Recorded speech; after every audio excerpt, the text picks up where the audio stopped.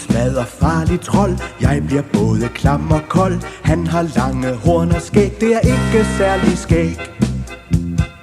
Uhuha, uhuha. Se hvor trolden han er vred, som en vild og væmmelig ged. Hvad mon han kan finde på? Jeg tror hellere vi må gå. Uhuha, uhuha. Se nu æder trolden græs, han kan æde flere læs. Tænk hvis trolden æder mig, så nu løber jeg min vej. En ganske almindelig gedebuk, griner Manfred Møller og vender roligt skroen i munden. Og den er bundet i en kæde, nikker Niller. Så er det hele jo ikke så farligt. Og tvillingetøsene giver sig snart til at slå koldbytter i det lange græs. Den ene lige efter den anden. Men der er alligevel noget galt. Au, for pokker, ømmer den ene tvillingetøs sig. Det stikker alle vegne, ømmer den anden tvilling sig. Tislerne, siger Niller, har fyldt med tisler. Og geden æder dem, siger Pelle Prop undrende. Geder har lædermaver, siger Manfred Møller og vender skroen en gang til. Igen må de opgive at slå koldbøtter. Sådan et dumt tisseland, siger Pelle Prop. Hele flokken træsker slukøret hen til den gamle bil. Og geden står der bare og glor efter dem, mens den gnasker løs i de strittende, stikkende tisler. De kører længere ud på landet.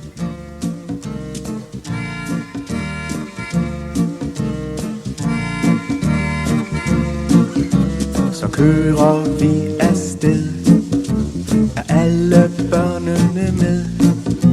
Vi kører langt omkring og ser på mange ting.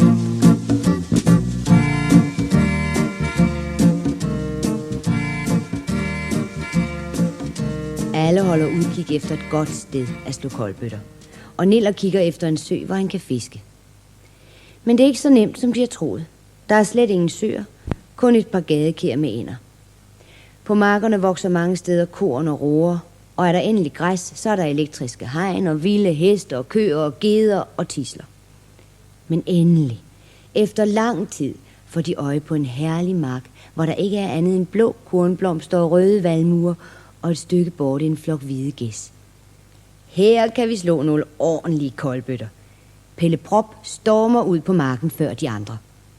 Han borer hovedet ned i det bløde græs og trimler rundt. Hej, pas på, råber Lydia. Men Pelle Prop hører ingenting. Han har ørerne dybt begravet i kornblomsterne. Gæssene nærmer sig truende. De basker med vingerne og skræpper gækken op. Men Pelle Prop hører stadig ingenting. Han er alt for travlt med sine koldbøtter. Først da den største af gæssene napper ham hårdt i bagdelen, ser han op. Lad så være, råber han fornærmet til gåsen. Øjeblikkeligt får han et nap lige i næsen.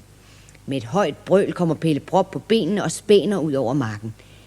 Ingen af de andre har nogensinde set ham bevæge sig så hurtigt. Og de har heller aldrig set ham med en flok skræppende, baskede gæs i hælene. Mens Pelle Prop holder sig på bagdelen med den ene hånd og i næsen med den anden, drøner han rundt på marken med gæssene efter sig, lige indtil han finder redning i Manfred Møllers bil. De andre sidder der allerede. De klapper og griner højrystet. Det er ikke noget at grine af, stønner Pelle Prop. Det var skide farligt. Det er en grinende flok, der kører videre i den gamle bil.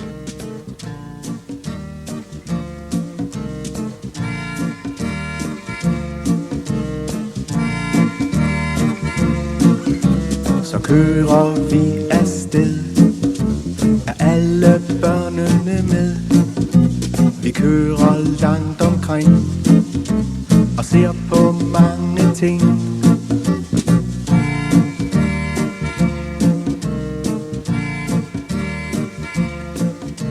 Men efterhånden som de kører rundt på de solvarme, støvede landeveje, bliver de mere og mere nedtrykte. De troede, at når bare de kom ud på landet, så var der masser af blødt græs, hvor man kan holde udflugt og slå koldbøtter. Og så viser det sig, at der er fyldt med elektriske hegn og vilde heste og kokager og tisler og gale gæs. Og det er ligesom om den gamle bil også er ked af det.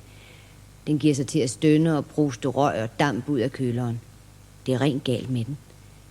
Manfred Møller prøver at skælde ud og tale pænt til bilen, men ingenting hjælper. Den stønner og damper og kører langsommere og langsommere, indtil den stopper helt op. Pokkers til gamle smadrekasse, mumler Manfred Møller og går ud og lukker kølerhjelmen op.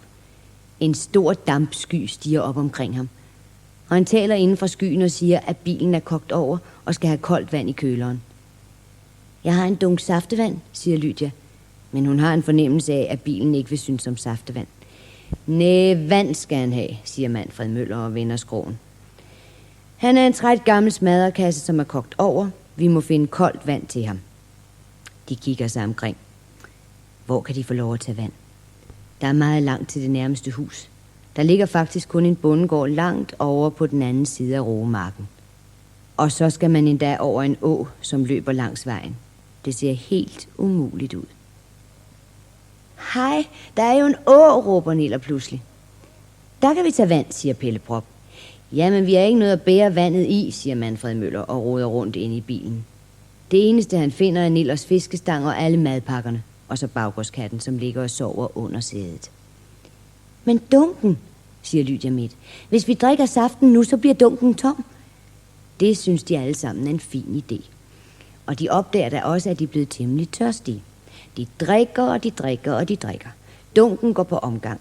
Aldrig har børnene drukket så meget saftevand på én gang. Og Manfred Møller må hjælpe til, for dunken er stor. Øj, stønner Niller. Nu kan jeg ikke mere. Vi hælder resten ud. Nej, Lydia stamper vredt med sommerskoen. Min mors saft skal ikke smides væk. Men ingen kan få en dråbe mere ned.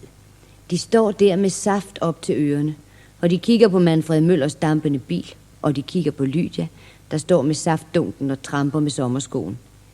Vent lige lidt, stønner Pelle Prop. Han går hen og tisser en ordentlig lang tår ned i grøften. Kom så med dunken. Mens de andre nøje følger med, tømmer Pelle Prop dunken i lange, gurglende slurke. Drøn godt, råber Niller, og løber ned til åen med den tomme dunk. Han skal over et stykke græs først. Et stykke græs, der er blødt og helt gult af mælkebøtter, som rækker de åbne ansigter op mod solen. Ved åen lægger Niller sig på maven og presser dunken ned under det kolde vand. Han mærker, hvordan det bobler, indtil dunken er fuld af vand. Bagefter løber han tilbage gennem mælkebøttegræsset.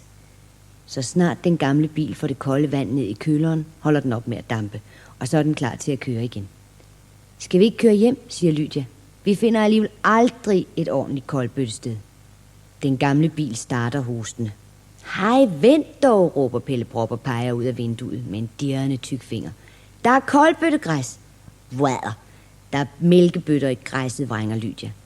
Dejlige koldbøttemælkebøtter, råber den ene tvillingtøs. Skønne mælkebøttekoldbøtter, siger den anden tvilling.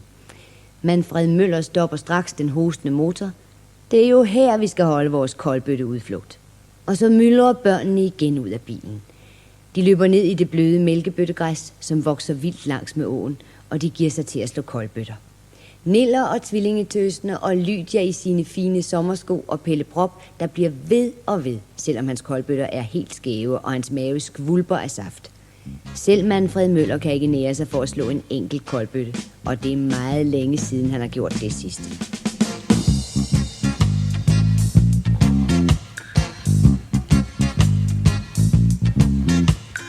Hej, hvor vi vælter og triller, så armene svinger og maverne kilder. Hej, se hvor vi kan. Det er et rigtigt koldbøtteland, og græsset er fuldt af mælkebøtter, så vi slår mælkebøttekoldbøtter. Hej, hvor vi ligger og tumler, så benene spjætter og hovederne rumler. Hej, se hvor vi kan. Det er et rigtigt koldbøtteland, og græsset er fuldt af mælkebøtter, så vi slår mælkebøttekoldbøtter.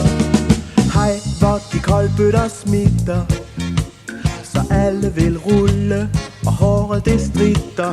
Hej, se hvor vi kan. Ja, det er et rigtigt koldbøtteland, og græsset er fuldt af mælkebøtter, så vi slår mælkebøttekoldbøtter.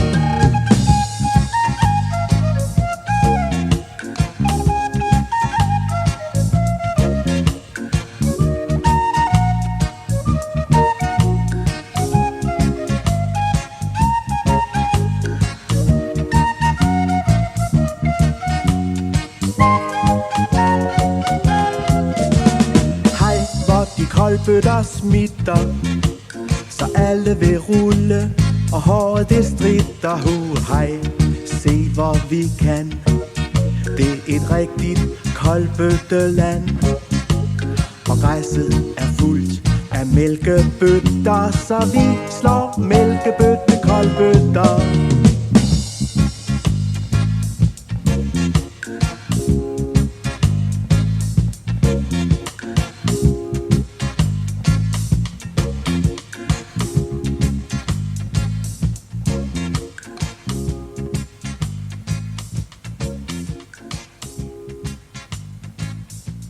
Til sidst ligger de helt udaset og puster rundt omkring i græsset. Børnene opdager, at de er blevet forfærdeligt sultne. De finder madpakkerne frem og sidder der i mælkebøttegræsset og spiser. Men Niller får nu ikke spist særlig meget af sin madpakke. Han kan næsten ikke vente med at prøve sin fiskestang henne i åen. Af en stum franskbrød ruller han en kugle og sætter den på fiskekrogen. Han har læst, at fisk kan lide franskbrødskugler.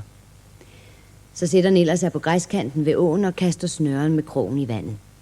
I lang tid sidder han og venter. Ingenting sker der. Han tænker på, om der er nogen fisk i åen, og om de i det hele taget kan lide franskbrødskugler. Det kan de åbenbart, for pludselig mærker Niller et ryk i stangen. Han trækker til, og der sidder en lille blank fisk på krogen. Nøj, jeg har fanget en fisk, råber han, og holder fisken højt op over hovedet, så de andre kan se den. Netop på det tidspunkt hører de en underlig lyd henne fra den gamle bil, som om den klager sig. Njau, njau, siger det. Men det er jo den stakkels baggårdskat. Den sidder inde i bilen og skraber for at komme ud. Måske kan den se fisken, som Niller har fanget, og det er jo længe siden katten har fået noget at spise. Den må være sulten.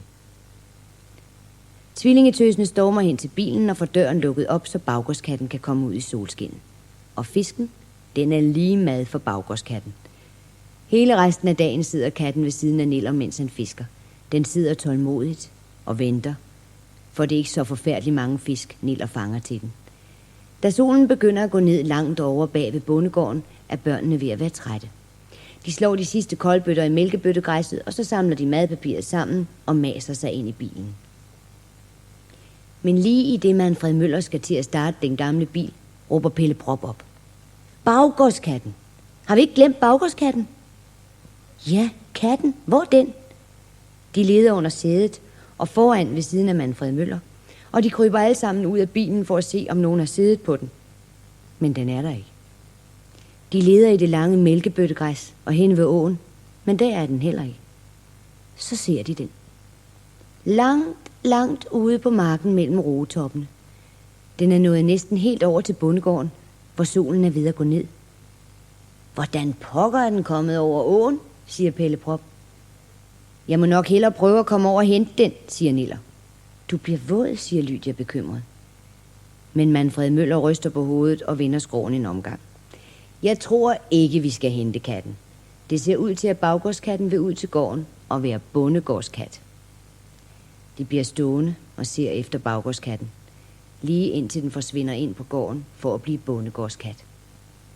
Og da solen dukker ned bag gården, kører børnene og Manfred Møller tilbage gennem det farlige koldbøtteland, hjem til byen.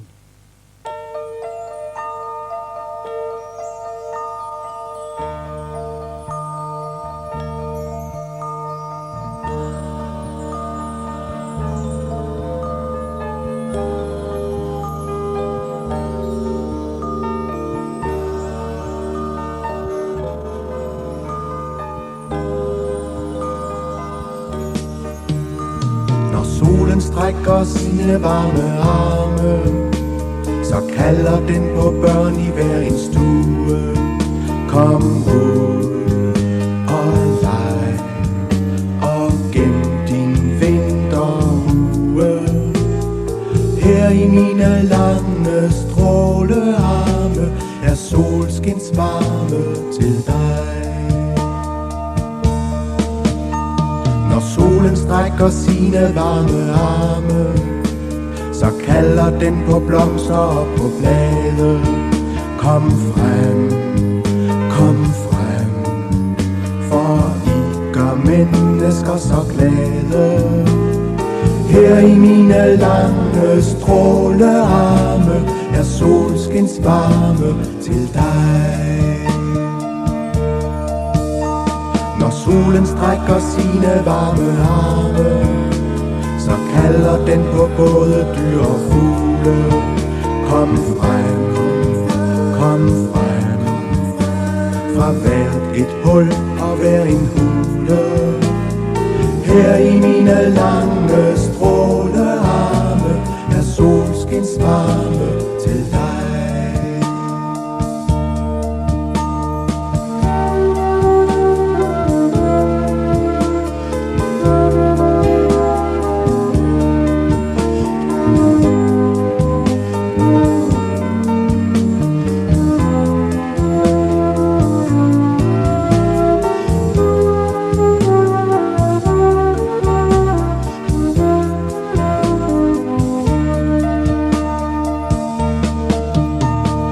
Solen strækker sine varme arme, så kalder den på børn i hver en stue.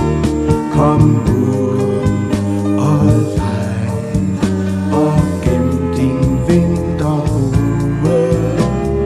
Her i mine lange strålearme er solskins varme til dig.